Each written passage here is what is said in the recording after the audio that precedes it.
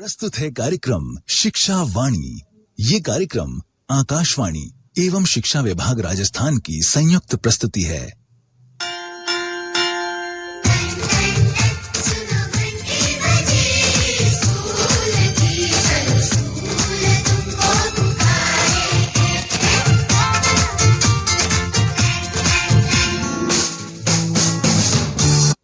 Ton ton घंटी बज गई है और फिर से वक्त हो चला है आपके मनपसंद कार्यक्रम का, जो है शिक्षावाणी। प्यारे बच्चों, शिक्षावाणी का सफर आप तय करेंगे आपकी अपनी समता दीदी के साथ।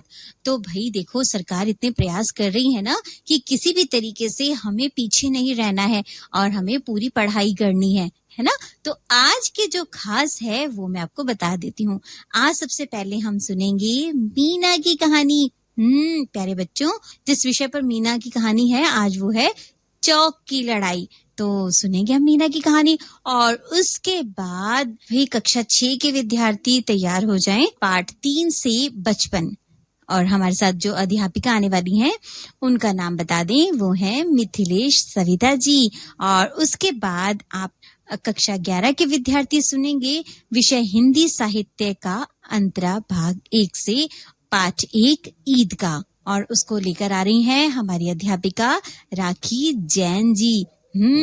तो बच्चों, अभी सबसे पहले आपका मीना की कहानी से मनोरंजन करवा देते हैं और फिर हमें पढ़ाई भी करनी है ना। तो चलो सबसे पहले हमारे प्यारे प्यारे बच्चों को सुनाते हैं ये प्यारी सी कहानी, जो है चौक की लड़ाई। चलिए सुनते हैं फिर। मीना ने है झटपट सीखे पढ़ने के चटपट तरीके हो, पहेली जो सुलझानी मीना पे है उसकी चाबी। पढ़ो पढ़ाओ और खेलो खाओ, सरल करे ये सबका जीना, चतुर चपल है अपनी मीना। अंग्रेजी या ताता भिन्ना हो, पहाड़े या हो गिनना, कैसे भी हो कठिन सवाल मीना कर दे सब खुशहाल। पढ़ो पढ़ाओ और खेलो खाओ, सरल करे ये सबका जीना, चतुर चपल है अपनी मीना।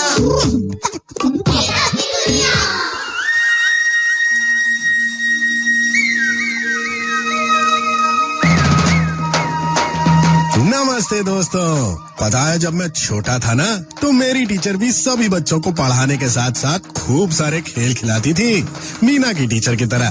चलो भाई, बहुत बातें हो गई, अब मिलते हैं मीना से। लेकिन ये मीना वो रही सुमी के घर। लगता है सुमी के साथ मिलकर मिट्ठू को कुछ सिखा रही है। मिट्ठू बोलो, कच्चा पापड़ पक्का पापड़। कच्चा पापड़ पक्का पापड़। सुमी, जरा ये चिट्ठी पढ़ दे तो। माँ, चिट्ठी? जरूर तुम्हारे मामा जी की होगी। वो कह रहे थे कि यहाँ आने की खबर चिट्ठी लिख के देंगे। कच्चा पापड़ पक्का पापड़, कच्चा पापड़ पक्का पापड़। अरे जल्दी पढ़ सुमी, मुझे अभी बहुत काम करना है। शाम होने वाली है और शाम होने वाली है। चल मीना। अरे कहाँ भागे जा रही हो तुम दोनों? अपने दोस्तों के पास पकड़न पकड़ाई खेलने। लेकिन अरे स्कूल का काम तो खत्म कर लो। नहीं मिला माँ। आज फिर स्कूल से काम नहीं मिला और फिर भाग गई खेलने। पता नहीं पढ़ाई कब करेगी। सुमी की माँ, अकेले अकेले क्या बुदबुदा रही हो? और ये चिट्ठी? सुमी से यही तो पढ़ने को कह रही थी, लेकिन नहीं जी, भाग गई अपने दोस्तों के साथ खेलने। रोज का यही काम है। पता नहीं इनके स्कूल को क्या हो गया है, ना कोई काम मिल रहा है घर पे करने के लिए, और तो और वहाँ भी शायद खेलते ही रहते हैं ये बच्चे। क्या सुमी की माँ, अब बच्चे तो खेलेंगे ही ना। मैं खेलने से कब मना करती हूँ उसे, लेकिन साथ में पढ़ना लिखना भी तो चाहिए ना। 1 हफ्ता हो गया है, रोज स्कूल से आते ही खेलने में लग जाती हैं बस। पूछो स्कूल से कोई काम मिला तो जवाब मिलता है नहीं। अगर ऐसी बात है तो तुम कल सुमी के स्कूल जाके उसकी बहन जी से खुद बात क्यों नहीं कर लेती? मैं भी यही सोच रही थी, कल सुबह मैं स्कूल जाऊंगी।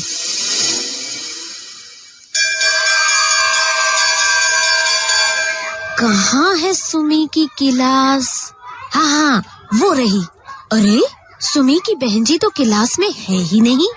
अरे ये लड़की तो एक दूसरे को, हे भगवान, ये तो राधा बहन का बेटा सुनील है। मेरी आँख, ओ माँ, मेरी आँख। सुनील बेटा, अरे अपनी आँख को हाथ से मत रगड़। माँ, यहाँ स्कूल में? हटो सब यहाँ से। क्या हुआ सुनील बेटा, अब आँख से हाथ हटाओ। नहीं मौसी, बहुत दर्द हो रहा है। ओए माँ, मेरी आँख। सुमी, ये सब क्या है? मीना, कुछ तो बताओ। चाची, ये लड़के आपस में एक दूसरे को चौक मार रहे थे और उसी लड़ाई में चौक का एक टुकड़ा सुनील की आँख में लग गया। हैं? तुम लोग स्कूल में पढ़ने आते हो या झगड़ा करने? और तुम्हारी बहन जी कहाँ है? वो इनको क्यों नहीं रोक रही है? और कोई कक्षा में ऐसे चौक से खेलता है? बोलो। माँ, वो बहन जी हमें काम देकर दूसरी क्लास को पढ़ाने के लिए गई हैं। मेरी आँख, दीपू, तुम भागकर नरस बहन जी को बुला कर लाओ। ठीक है चाची, अभी बुला के लाता हूँ। और हाँ, राधा बहन को भी बता देना ताकि वो सुनील को घर ले जा सके। हाँ चाची। कौन शोर कर रहा है क्लास में? अरे सुनील, क्या हुआ? मैं बताती हूँ बहन जी। सुमी की माता जी, आप यहाँ? जी, आप ही से मिलने आई थी, लेकिन यहाँ आके देखा तो झगड़ा चल रहा था। चौक मार रहे थे बच्चे एक दूसरे को। बस उसी में एक टुकड़ा घुस गया सुनील की आँख में। हे भगवान, जाओ कोई नर्स बहन जी को। कोई था नहीं तो मैंने ही दीपू को भेज दिया उनको बुलवाने के लिए। नर्स बहन जी आ गई। हटिए सब हटिए। क्या हुआ सुनील? आँख से हाथ हटाओ बेटा। बस। चलो, मैं तुम्हारी आँख पे इस गरम पट्टी से सेक कर देती हूँ। 1-2 घंटे में ठीक भी हो जाओगे। नरस बहन जी, क्या सुनील हमेशा अपनी आँख पर पट्टी बांधा करेगा? नरस बहन जी, सुनील ठीक तो हो जाएगा ना? हाँ बच्चों, सुनील 1-2 घंटे में बिल्कुल ठीक हो जाएगा। शुक्र है कि चौक आँख के ऊपर लगी है, अगर अंदर लगती तो आँख की रोशनी जा सकती थी। सुनील बेटे, आगे से कभी इस तरह का खेल नहीं खेलना। कभी नहीं खेलूंगा नर्स बहन जी। शाबाश। सुनील, मेरे लाल, हाय, ये क्या हो गया नरस बहन जी? घबराइए मत राधा बहन, आँख के ऊपर चोट लगी है, अंदर नहीं, वो ठीक है। किसने मारा मेरे सुनील को? दीपू ने चौक मारा था चाची। रवि ने? नहीं, मैंने नहीं, किसी ने मारा था चाची। मोनू ने भी मारा था। मैंने कब मारा था? तुम्हें शर्म आनी चाहिए मोनू, भला ये भी कोई खेल होता है? मैं बताती हूँ चाची, दरअसल चौक की लड़ाई सभी ही खेल रहे थे, गलती हम सबकी है। चलो बस, सब बच्चे बाहर जाओ, आधी छुट्टी हो गई। देखा बहन जी, बच्चों की एक छोटी सी गलती से। नहीं राधा बहन, गलती मेरी है। आपकी? मैं समझी नहीं। अगर मैं उस समय क्लास में होती तो ये सब ना होता। ये एक कक्षा से दूसरी कक्षा का ध्यान रखते रखते इन बच्चों का ही नुकसान होता जा रहा है। बहन जी, अगर ये छोटे छोटे बच्चे क्लास में अकेले रहेंगे तो शरारत तो करेंगे ही। लेकिन मैं भी क्या करूँ नर्स बहन जी, स्कूल में टीचर कम होने के कारण हमें एक साथ 2-2 क्लासों को पढ़ाना पड़ता है। जहाँ एक तरफ पूरा ध्यान होता था, अब वही ध्यान 2 जगह बट गया है। ओह, तभी शायद आजकल सुमी का पढ़ाई में मन नहीं लग रहा। उसे लग रहा है कि कोई पूछने वाला ही नहीं है। लेकिन बहन जी, क्या आप स्कूल में नए टीचर लेकर नहीं आ सकती? राधा बहन, ये जिम्मेदारी हमारे प्रशासन की है। मैं आज ही सरपंच जी और बीएसए से बात करूंगी। बीएसए मतलब बेसिक शिक्षा अधिकारी। हर जिले में बीएसए की जिम्मेदारी होती है शिक्षकों की नियुक्ति करना और स्कूल में पढ़ाई का ख्याल रखना। मैं इन दोनों से इस बारे में बात करूंगी और उन्हें बताऊंगी कि अगर टीचर क्लास में नहीं होंगे तो न सिर्फ बच्चों की सुरक्षा का खतरा है, बल्कि उनकी पढ़ाई का भी नुकसान होगा। बहन जी, मैं एक बात सोच रही थी, जब तक नए टीचरों की नियुक्ति नहीं हो जाती, क्या तब तक गांव के कुछ पढ़े लिखे लोग यहाँ आके बच्चों को पढ़ा सकते हैं? सुझाव तो बहुत अच्छा है राधा बहन। और हमें नए नए अध्यापक और अध्यापिकाओं से पढ़ने का मौका भी मिलेगा। लगता है बच्चे अब मुझसे बोर हो गए हैं, तभी इस बात से इतने खुश हैं। माँ, चाची। क्या हुआ सुमी? देखो माँ, हमने मिट्ठू को सिखा दिया। बोलो मिट्ठू। कच्चा पापड़ पक्का पापड़। कच्चा पापड़ पक्का पापड़। लो जी, 2 नए टीचर तो हमें अभी ही मिल गए। आज तो अच्छा सीखा। जितना जरूरी है स्कूलों में टीचरों का होना, उतना ही जरूरी है उन टीचरों का क्लास में भी होना। चलो अब सुने ये मीना और मिट्ठू क्या कविता बना रहे हैं। सरल करे ये सबका जीना, चतुर चपल है अपनी मीना। रोज स्कूल में जाऊंगी, बच्चों को पढ़ाऊंगी, उनकी अच्छी दोस्त बनूंगी, खेलूंगी, खिलाऊंगी। अरे वाह मिट्ठू, ये तो अपनी नई कविता बन गई। भाई वाह, गीत तो अच्छा लिखा है मीना और मिट्ठू ने। अब सुनते हैं यही गीत संगीत के साथ।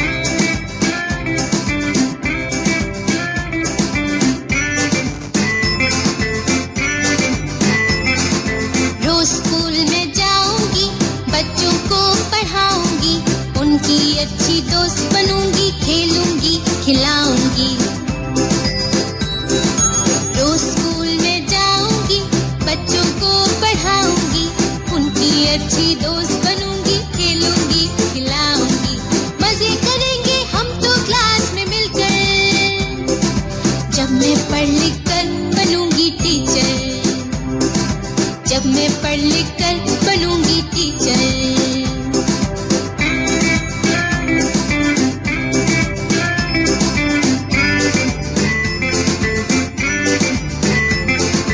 मैं बच्चों की दोस्त बनूंगी, उनको दोस्त बनाऊंगी, मजे मजे में खेल खेल में उनको रोज पढ़ाऊंगी। होगी मेरी क्लास में ना कुछ गड़बड़, जब मैं पढ़ लिख कर बनूंगी टीचर। हाँ, जब मैं पढ़ लिख कर बनूंगी टीचर।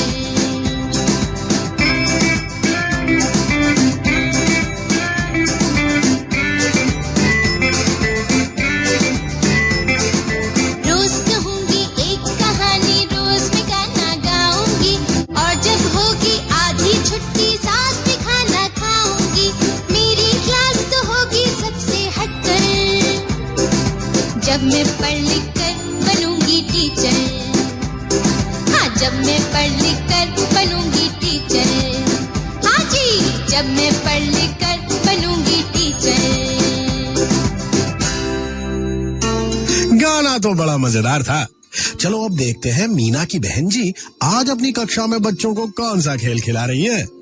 प्यारे बच्चों, आज हम खेलेंगे कड़ियाँ जोड़ पहेली तोड़।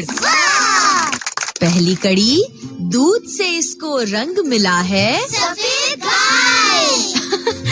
अरे अरे, पहले पूरी पहेली तो सुन लो। शुरू से पूछती हूँ। पहली कड़ी, दूध से इसको रंग मिला है। दूसरी कड़ी, नदी किनारे बसा हुआ है। मैं समझ गई बहन जी। शाबाश सुमी, बताओ। अपने गांव में कुछ दिन पहले एक सफेद रंग का हाथी आया था और वो नदी किनारे ही खड़ा रहता था। नहीं सुमी, क्या वो हाथी नदी के किनारे हमेशा के लिए बस गया है?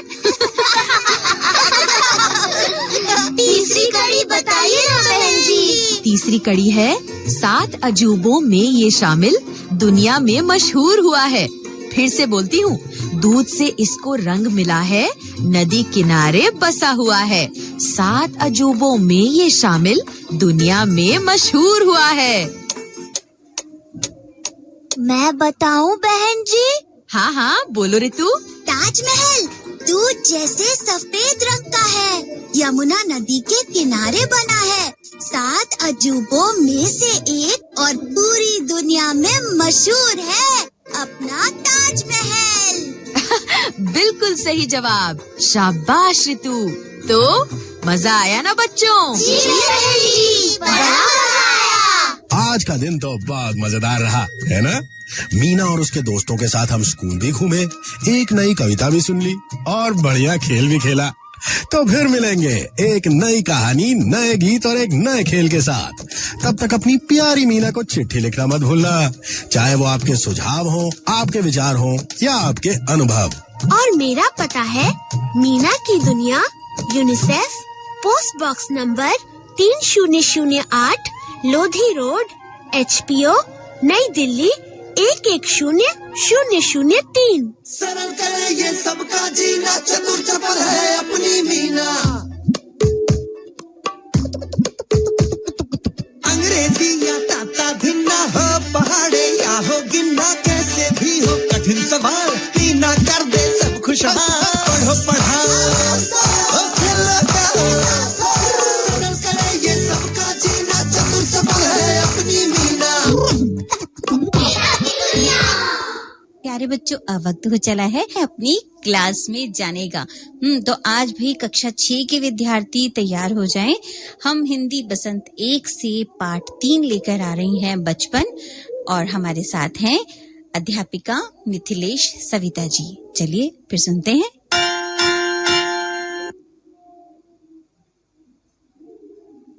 प्यारे बच्चों, नमस्कार। कैसे हैं आप? सुबह उठकर हल्का व्यायाम करके नाश्ता करना उतना ही जरूरी है जैसे रात को सोते समय मम्मी या नानी से लोरियां या कहानियां सुनते सुनते चुपचाप निंदिया रानी की गोदी में चले जाना। कहानी से जहां नींद अच्छी आती है, वहीं व्यायाम पूरे दिन शरीर को स्फूर्ति, तरोताजगी देता है। कहानी का नाम सुनते ही आ गई ना चेहरे पर मुस्कान। हम आपकी इसी मुस्कुराहट को बरकरार रखते हुए आज आपके लिए लाए हैं ऐसी ही एक बहुत अच्छी कहानी, जिसे लिखा है कहानियों के सम्राट मुंशी प्रेमचंद जी ने। कहानी का शीर्षक है नादान दोस्त। नादानी या नादान का अर्थ समझते हो ना बच्चों?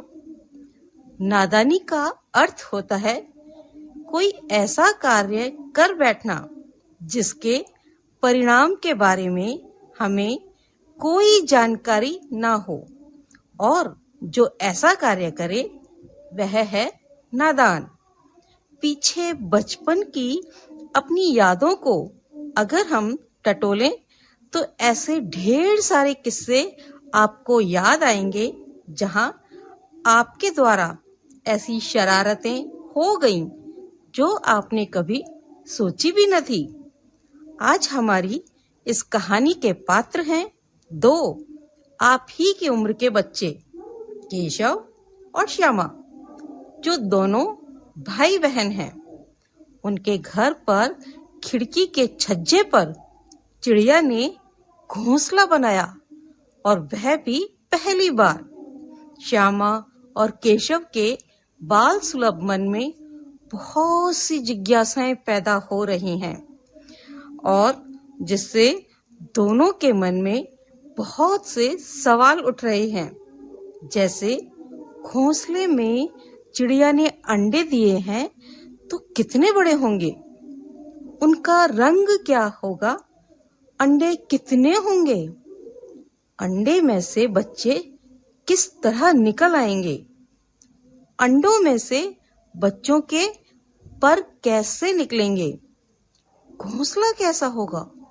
इतने सारे प्रश्न और जवाब देने वाला कोई भी नहीं, क्योंकि जो उनकी मम्मी हैं उनको घर के इतने सारे काम हैं कि उन्हें फुर्सत नहीं है, और उनके पापा को पढ़ने और लिखने से फुर्सत नहीं है। ऐसे में श्यामा और केशव दोनों ही आपस में सवाल जवाब करके अपने प्रश्नों के उत्तर को ढूंढने का प्रयास कर रहे हैं। और ऐसे ही एक दिन श्यामा, जो केशव की छोटी बहन है, केशव से पूछती है, क्यों भैया, बच्चे निकलकर फुर्र से उड़ जाएंगे? तो केशव, जो कि बड़ा भाई है, अपने ज्ञान के आधार पर गर्व से कहता है, नहीं रे पगली, पहले पर निकलेंगे, बगैर परों के बेचारे कैसे उड़ेंगे। श्यामा का अगला प्रश्न, बच्चों को क्या खिलाएगी बेचारी। अब इतने जटिल प्रश्न का केशव जवाब नहीं दे पाता और दोनों जने चुप हो जाते हैं। 3-4 दिन ऐसे ही घोंसले को देखते देखते निकल गए। बच्चों की जिज्ञासा दिनों दिन बढ़ती जा रही है, चिड़िया के अंडों को देखने की उत्सुकता भी। दोनों ने अनुमान लगाया कि अब तक तो अंडों में से बच्चे निकल आए होंगे। अब श्यामा का वह प्रश्न कि बेचारी बच्चों को खिलाएगी क्या, एक बहुत बड़ी चिंता का विषय हो गया बच्चों के लिए। वे सोचने लगे कि चिड़िया बेचारी इतना दाना कहाँ से लाएगी कि सारे बच्चों का पेट भर सके, कहीं भूख के मारे बच्चे मर न जाएं। यह सोचकर दोनों परेशान हो गए और दोनों ने फैसला किया कि छज्जे पर थोड़ा सा दाना रख दिया जाए। अभी एक परेशानी का हल ही निकला था कि श्यामा ने दूसरी परेशानी की तरफ केशव का ध्यान आकर्षित करते हुए कहा, क्यों भैया, बच्चों को धूप नहीं लगती होगी। केशव को ध्यान आया, इस तरह तो उसने सोचा ही नहीं। फिर उसने कहा, जरूर तकलीफ तो होती होगी, बेचारे प्यास के मारे तड़पते होंगे, ऊपर छाया भी तो कोई नहीं। आखिर में दोनों भाई बहन ने ये फैसला किया कि घोंसले के ऊपर कपड़े की छत बना देनी चाहिए धूप से बचाने के लिए, और एक प्याली में पानी और थोड़े से चावल भी रख देने चाहिए। दोनों भाई बहन अपनी इस योजना को पूरा करने के लिए काम में लग गए। श्यामा माँ की आंख बचाकर अर्थात चुपके से मटके में से जहाँ चावल रखे थे उनमें से चावल निकालकर ले आई, और केशव ने छोटी प्याली जिसमें तेल रखा था उसे तरीके से जमीन पर गिराकर उसे खाली कर लिया और अच्छे से साफ करके उसमें पानी भरकर ले आया। अब सबसे बड़ी समस्या यह थी कि घोंसले पर छत कैसे बनाई जाए। कपड़े की छत, जिसे चांदनी भी कहते हैं, उसके लिए कपड़ा कहाँ से आए, और अगर कपड़ा आ भी गया तो उसे बिना छड़ी के टिकाएंगे कैसे, और अगर छड़ियां मिल भी गईं तो छड़ियों को कैसे टिकाएंगे। ऐसे ही न जाने कितने प्रश्न दोनों के दिमाग में हलचल मचाए हुए थे। आखिरकार केशव को इस मुश्किल का भी हल मिल ही गया। उसने श्यामा से कहा, कूड़ा फेंकने वाली टोकरी उठा लाओ, लेकिन चुपचाप लाना। अम्मा जी, जो वो अपनी मम्मी को कहते थे, अम्मा जी को मत दिखाना। श्यामा को ध्यान आया कि वह तो बीच में से टूटी हुई है। उसने केशव को कहा, वह तो बीच में से टूटी हुई है, बीच में से धूप नहीं आएगी बच्चों पर। केशव को उसका इस तरह सवाल करना बिल्कुल अच्छा नहीं लगा और उसने झुंझलाकर कहा, तू टोकरी तो ला, मैं उसका सुराख बंद करने का कोई जुगाड़ निकाल लूंगा। श्यामा दौड़कर टोकरी उठा लाई। केशव ने उसके सुराख में थोड़ा सा कागज ठोंस दिया और तब टोकरी को एक टहनी से टिकाकर बोला, ऐसे ही घोंसले पर उसकी आड़ कर दूंगा, फिर कैसे धूप आएगी।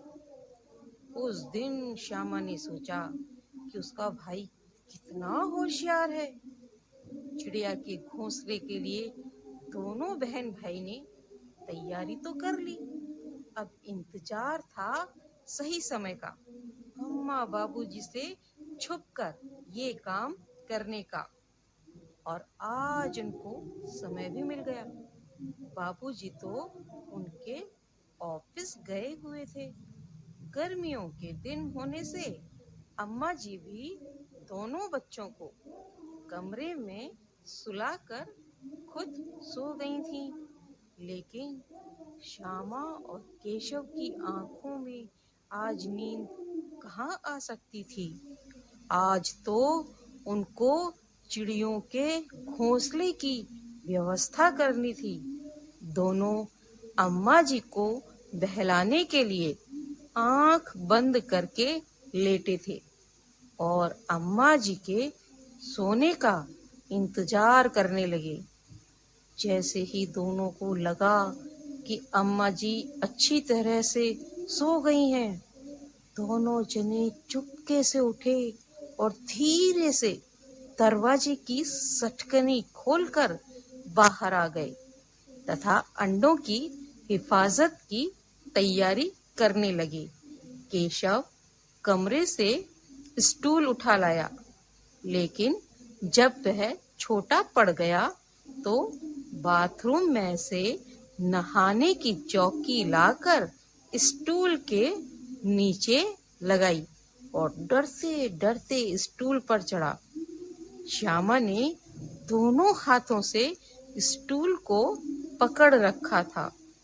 स्टूल की चारों टांगें बराबर नहीं थीं, इसीलिए गिरने का भी डर था। केशव बड़ी तकलीफ के साथ बार बार दबी आवाज में श्यामा को डांटता भी था, अच्छी तरह से पकड़, वरना उतर कर बहुत मारूंगा। मगर श्यामा का दिल तो वहां छज्जे पर घोंसलों की तरफ था, जो बेचारी की स्टूल पर पकड़ बार बार ढीली हो जाती। केशव ने जैसे ही छज्जे पर हाथ रखा, दोनों चिड़िया उड़ गईं। केशव ने देखा छज्जे पर थोड़े तिनके पड़े हुए हैं और उन पर 3 अंडे पड़े हैं। जैसा घोंसला उसने पेड़ों पर देखा था वैसा नहीं था। श्यामा ने नीचे से पूछा, कितने बच्चे हैं भैया? केशव ने कहा, 3 अंडे हैं, अभी बच्चे नहीं निकले। अब तो श्यामा की भी देखने की इच्छा होने लगी। उसने फिर कहा, जरा हमें भी दिखा दो भैया, कितने बड़े हैं। पर केशव पर बड़ी भारी जिम्मेदारी थी। उसने कहा, दिखा दूंगा, पहले कपड़े लेकर आ, बेचारे अंडे तिनकों पर पड़े हैं। श्यामा दौड़ कर गई और पुरानी धोती फाड़कर एक टुकड़ा लेकर आ गई। केशव ने स्टूल पर से ही थोड़ा झुककर उसे लिया और उसकी तह करके एक गिद्दी बनाई और उसे तिनकों पर अच्छे से बिछा अंडों को उसके ऊपर रख दिया। श्यामा बार बार देखने की जिद करती रही और केशव दिखा दूंगा कहकर सारी व्यवस्था करता रहा। छत बना दी, पानी की प्याली और चावल की प्याली भी रख दी और फिर आहिस्ता से उतर कर आ गया। श्यामा ने गिड़गिड़ाते हुए कहा, अब हमको भी पर चढ़ा दो भैया।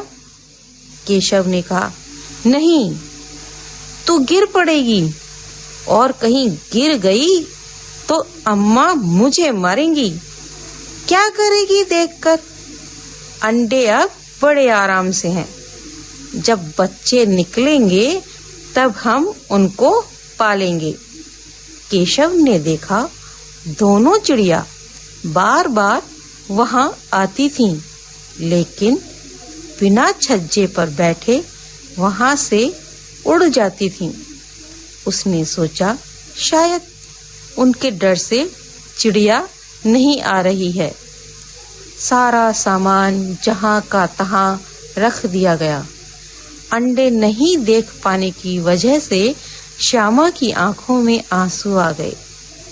उसने वहां से रोते हुए केशव से कहा, तुमने मुझे दिखाया नहीं, मैं अम्मा जी से तुम्हारी शिकायत करूंगी। दोनों भाई बहनों की नोक-झोंक चालू हो गई। केशव ने कहा, अम्मा जी से कहा तो मैं तुझे मारूंगा। श्यामा फिर बोली, तो तुमने मुझे दिखाया क्यों नहीं?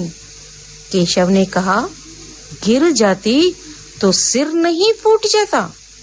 इतने में कमरे का दरवाजा खुला और माँ ने धूप में बच्चों को देखते हुए आंखों को धूप से बचाते हुए दोनों को डांट कर कमरे में बुला लिया और दोनों को पंखा झलने लगी। क्योंकि चिड़िया के अंडों की व्यवस्था हो गई थी, अतः दोनों बच्चों को नींद आ गई। दिन में 2 बजे के सोए हुए बच्चे अचानक शाम के 4 बजे श्यामा की नींद खुली। दरवाजा खुला था। वह दौड़कर बाहर छज्जे वाली जगह गई। ऊपर टोकरी कहीं नजर नहीं आ रही थी। नीचे नजर गई तो वापस भागकर केशव को जगाने लगी और बोली, भैया अंडे नीचे पड़े हैं, बच्चे तो उड़ गए। केशव एकदम उठा और बाहर की ओर दौड़ा। उसने देखा 3 अंडे टूटे पड़े हैं और उनमें से कुछ चीज निकल आई है। पानी की प्याली एक तरफ टूटी पड़ी है। उसके चेहरे का रंग उड़ गया। सहमी सी आंखों से जमीन देखने लगा। श्यामा ने फिर पूछा, बच्चे कहाँ उड़ गए भैया? केशव ने करुण स्वर में कहा, अंडे तो फूट गए। श्यामा ने फिर पूछा, बच्चे कहाँ गए? केशव ने डांटते हुए कहा, देखती नहीं, अंडे में से उजला उजला पानी निकल आया है। वही तो 2-4 दिन में बच्चे बन जाते। इतने में अम्मा जी आ गईं और उन्होंने डांटते हुए पूछा, तुम दोनों यहाँ धूप में क्या कर रहे हो? श्यामा ने कहा, अम्मा जी अंडे टूटे पड़े हैं। अम्मा जी टूटे अंडे देखकर गुस्से में बोली, तुम लोगों ने अंडों को छुआ होगा। अब तो श्यामा को भैया पर जरा भी तरस नहीं आया। इन्होंने छेड़ा था अम्मा जी। अम्मा ने केशव से पूछा, क्यों रे? केशव डर कर चुपचाप खड़ा रहा। माँ ने फिर पूछा, तू वहां पहुंचा कैसे? दोनों ने पूरी राम कहानी सुना दी। माँ ने डांटते हुए कहा, तुझे अभी इतना नहीं मालूम? छूने से चिड़िया के अंडे गंदे हो जाते हैं। चिड़िया उन्हें फिर नहीं सेती। श्यामा ने डरते डरते पूछा, तो क्या चिड़िया ने अंडे गिरा दिए? हाँ, और क्या? माँ ने कहा, केशव तूने 3 जाने ले ली, तेरे सिर पर इसका पाप पड़ेगा। केशव रोनी सूरत बनाकर बोला, मैंने तो सिर्फ अंडों को गद्दी पर रखा था। अम्मा जी को हंसी आ गई उसकी इस नादानी पर, मगर केशव उसे कई दिनों तक अफसोस होता रहा। अंडों की हिफाजत करने के चक्कर में उसने उनका सत्यानाश कर डाला। दोनों चिड़िया फिर वहां कभी नहीं आईं। तो बच्चों, ये थी हमारी दोनों नादान दोस्तों की ऐसी गलती जिसका परिणाम उन्हें पता नहीं था। इसीलिए जब भी कोई काम करें तो परिणाम के बारे में अगर सोच लिया जाए तो नादानियों से बचा जा सकता है। प्यारे बच्चों, अभी कक्षा 6 के विद्यार्थी सुन रहे थे हिंदी बसंत पाठ 3 से बचपन, और हमारे साथ जो अध्यापिका थी ना, उनका नाम था मिथिलेश सविता जी, और इसकी समीक्षा की थी छुट्टन लाल मीना जी ने। अब वक्त है कक्षा 11 के विद्यार्थियों का। तो भाई प्यारे प्यारे बच्चों, अपनी अपनी किताबें खोल लीजिए, कॉपी संभाल लीजिए, और आज विषय हिंदी साहित्य पाठ 1 से ईदगाह करा रही हैं हमारी अध्यापिका राखी रानी जैन। तो चलो फिर सुने। प्यारे बच्चों, अब तक हमने हिंदी विषय में बहुत सी कहानियाँ पढ़ी और सुनी हैं। कहानियाँ जीवन का अहम हिस्सा होती हैं, जो सदा पथ प्रदर्शक का कार्य करती हैं। आज उसी क्रम में हम मुंशी प्रेमचंद द्वारा रचित कहानी ईदगाह पढ़ने जा रहे हैं। उससे पूर्व हम कहानी सम्राट मुंशी प्रेमचंद के जीवन व लेखन के विषय में बात करेंगे।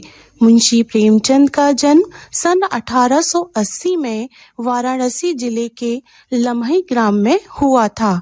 इनका मूल नाम धनपत राय था। इनकी प्रारंभिक शिक्षा वाराणसी में हुई।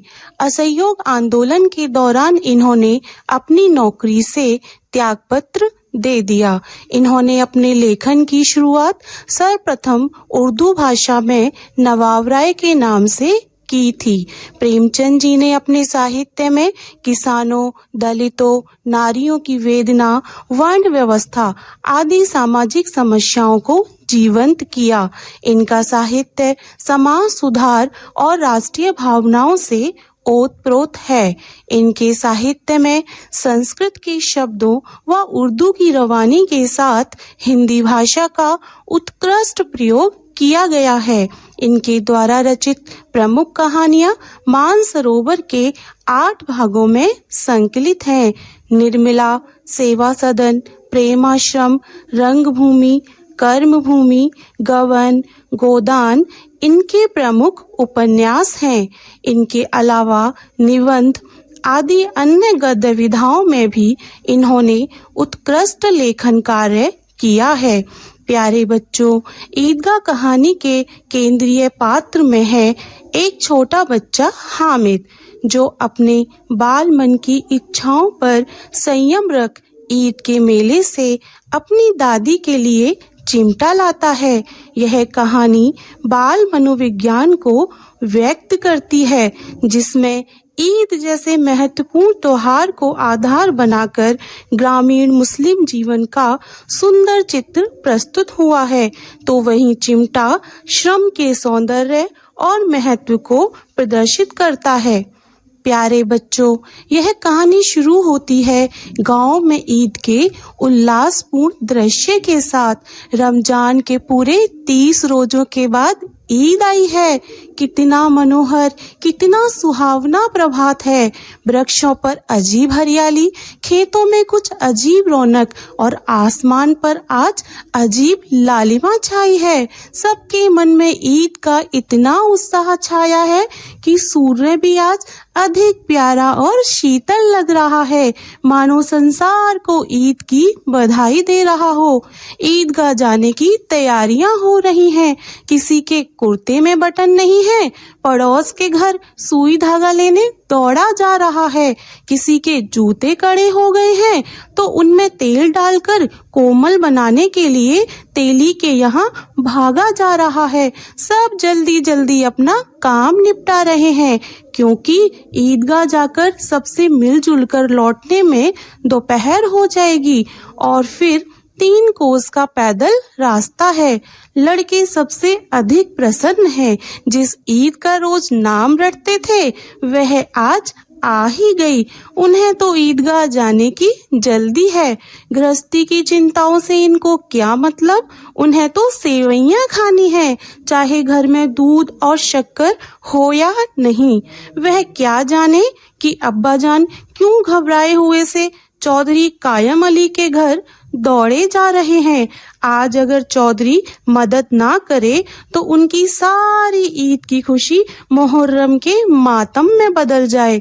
उन बच्चों को इन सब बातों से कोई मतलब नहीं है।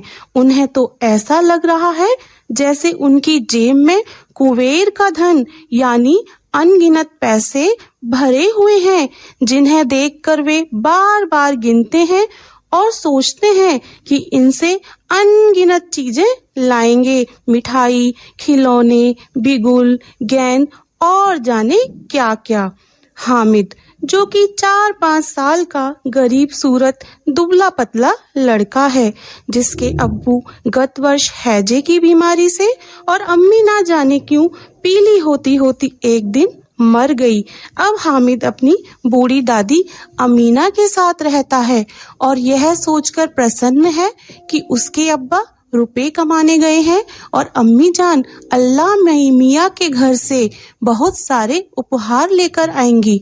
बच्चों, जीवन में आशा बहुत बड़ी चीज है, जिसमें बच्चों की आशाएं तो बहुत बड़ी होती हैं।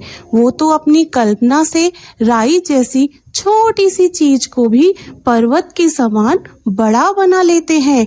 इसी आशा में हामिद सोचता है कि जब अम्मी और अब्बू जान लौट कर आएंगे तब देखेगा कि महमूद, मोहसिन, नूरे और सम्मी कहाँ से उतने पैसे निकालेंगे। लेकिन किस्मत की मारी उसकी बूढ़ी दादी अमीना अपनी कोठरी में रो रही है कि आज उसका बेटा आविद होता तो वह भी औरों की तरह हंसी खुशी ईद मनाती। आज उसके घर में एक दाना भी नहीं है, लेकिन हामिद को क्या पता, उसके अंदर उमंग और कल्पनाओं का प्रकाश है तो बाहर अम्मी और अब्बू के वापस आने की आशा। विपत्ति अपना पूरा जोर लगा ले तो भी हामिद की आनंद से भरी दृष्टि विपत्ति का नाश कर देगी। अमीना का दिल दुखी है कि सारे बच्चे अपने अब्बू के साथ मेले में जा रहे हैं। उसे डर है कि हामिद भीड़ में खो ना जाए। 3 कोस का पैदल रास्ता है और उसके पास जूते भी नहीं हैं। वह साथ जाएगी तो हामिद को गोद में ले लेगी, लेकिन वह जाएगी तो यहाँ सेवैयां कौन बनाएगा और बनाने के लिए सामान भी तो इकट्ठा करना है। कपड़े सिलकर उसने 8 आने जमा किए थे, जिनमें 2 आने दूध में गए और 3 हामिद को दे दिए। अब बचे हुए पैसों में उसे सारा इंतजाम करना है। वह दुखी है, लेकिन फिर भी सोचती है कि अल्लाह जिंदगी सलामत रखे, दिन तो सब कट जाएंगे। गांव से मेला चला और बच्चों के साथ हामिद भी जा रहा था। बच्चों में दौड़कर आगे निकलने की होड़ लगी हुई थी। शहर आया, बड़ी बड़ी इमारतें आने लगीं, कॉलेज, क्लब घर। बच्चे अपनी बाल कल्पनाओं में खोए हुए बातें कर रहे हैं। हलवाइयों की दुकानें आई तो बोले यहाँ रात को जिन्नात यानी भूत प्रेत आकर मिठाई लेकर जाते हैं। हामिद पूछता है कि उनके पास रुपए कहाँ से आते हैं तो मोहसिन बताता है कि जिन्नात कहीं से भी किसी भी खजाने में से पैसे ला सकते हैं।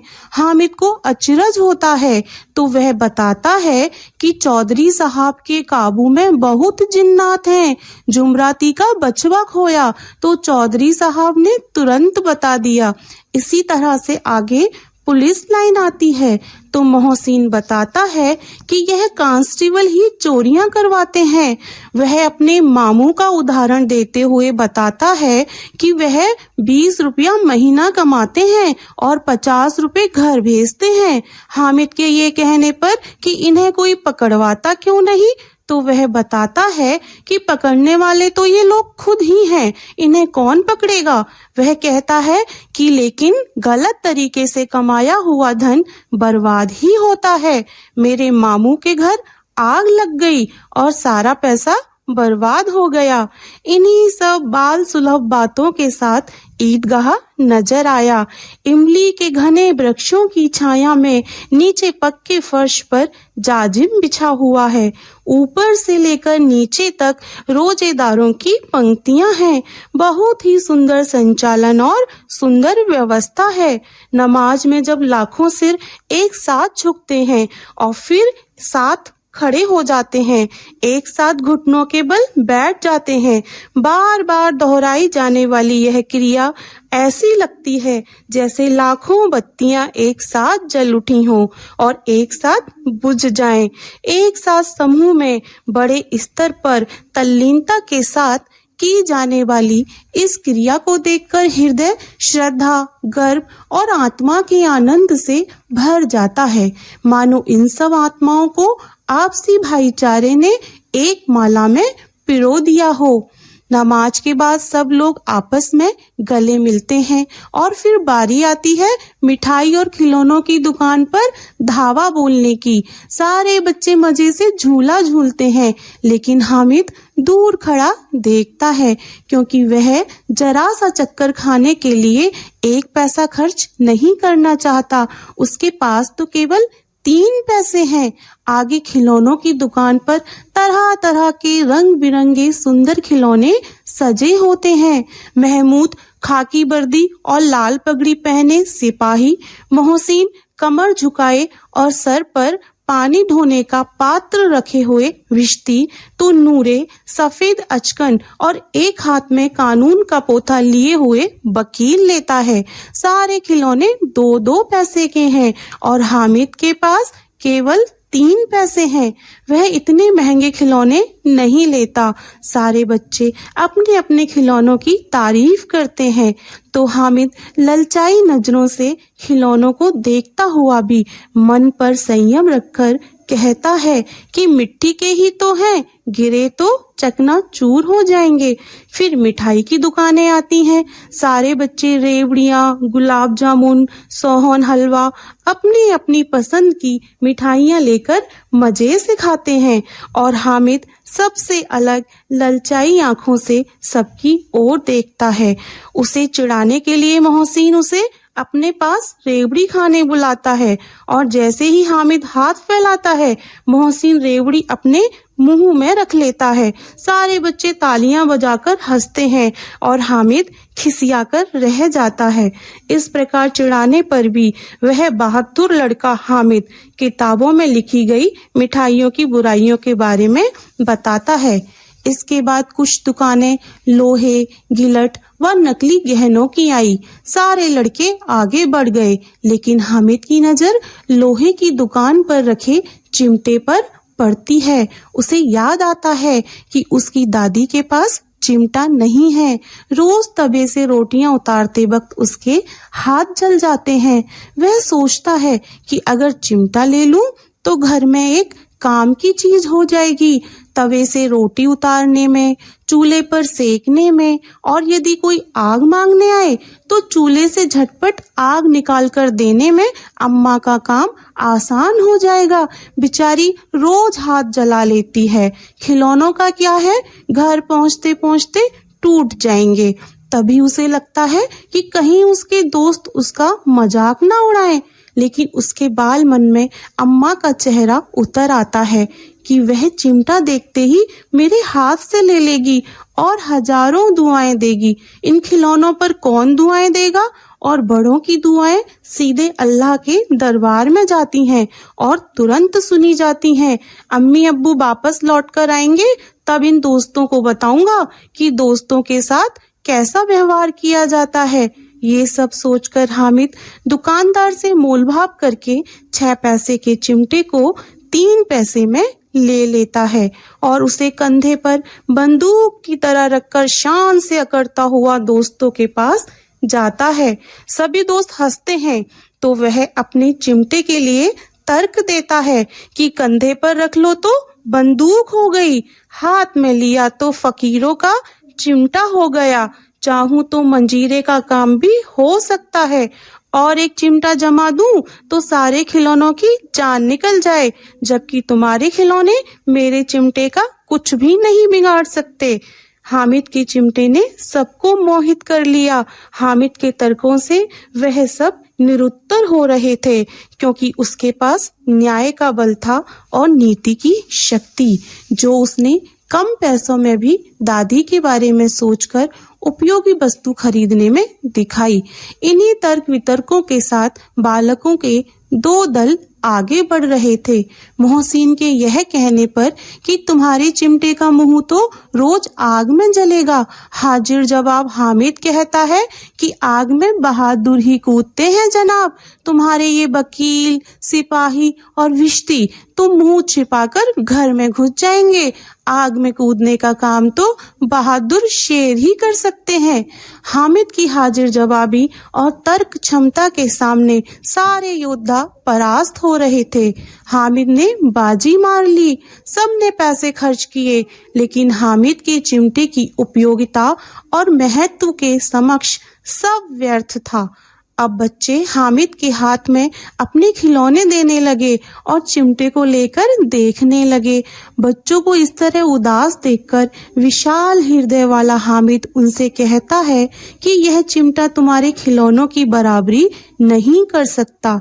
लेकिन बच्चे कहते हैं कि इन खिलौनों के लिए हमें कोई भी दुआ नहीं देगा। हामिद भी जानता था कि इन खिलौनों को देखकर किसी को इतनी खुशी नहीं होगी जितनी चिमटे को देखकर उसकी दादी खुश होगी। उसे अपने पैसे खर्च करने पर बिल्कुल भी पछतावा ना था। उसका चिमटा सारे खिलौनों का बादशाह बन चुका था। अब तो रास्ते में भूख लगने पर महमूद ने केले खुद खाए और साथ ही हामिद को भी खाने को दिए। मेले वाले लोगों के वापस आते ही गांव में हलचल मच गई। मोहसिन की छोटी बहन दौड़ी आई और उसके हाथ से भिश्ती को छीनकर मारे खुशी के जो उछली तो भिश्ती मियाँ जमीन पर आ गिरे और स्वर्गलोक सिधार गए। बाकी सब खिलौने भी किसी न किसी तरह अल्लाह को प्यारे हो गए। हामिद घर पहुंचा तो उसकी आवाज सुनते ही उसकी दादी अमीना दौड़ी आई और गोद में उठाकर उसे प्यार करने लगी। हामिद के हाथ में चिमटा देखकर वह चौंकी तो हामिद ने बताया कि उसने यह 3 पैसे में मेले से खरीदा है। अमीना ने दुख से छाती पीट ली कि दोपहर तक इस नासमझ ने मेले में कुछ भी खाया पिया नहीं। भूखा प्यासा ये लड़का उन 3 पैसों का चिमटा उठा लाया। हामिद ने बताया कि तुम्हारी उंगलियां तवे पर जल जाती थीं, इसलिए मैंने यह लिया। बूढ़ी अमीना का दिल प्रेम से भर आया। बिना शब्दों का ऐसा प्रेम जो अथाह था।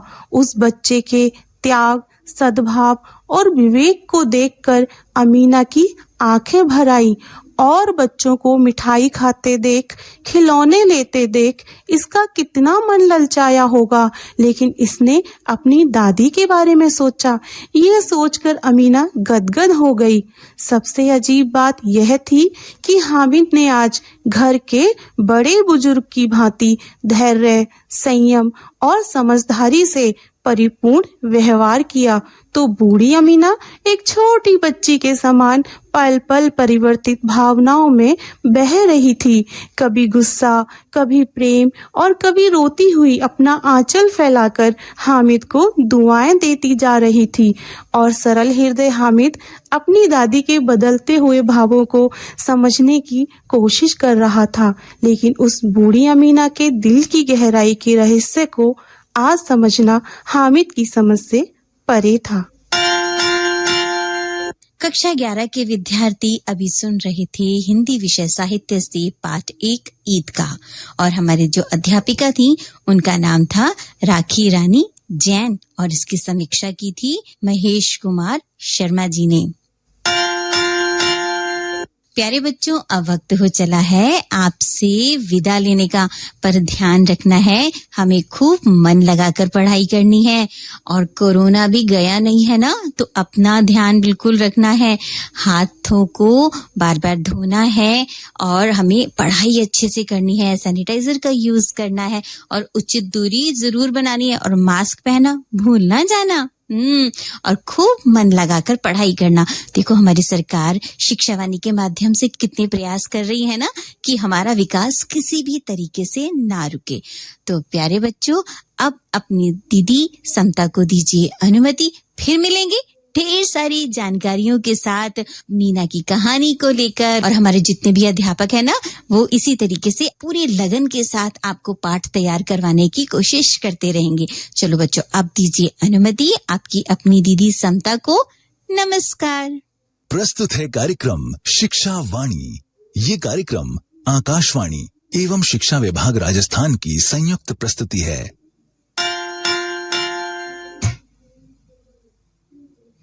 अभी आप सुन रहे थे शिक्षा वाणी।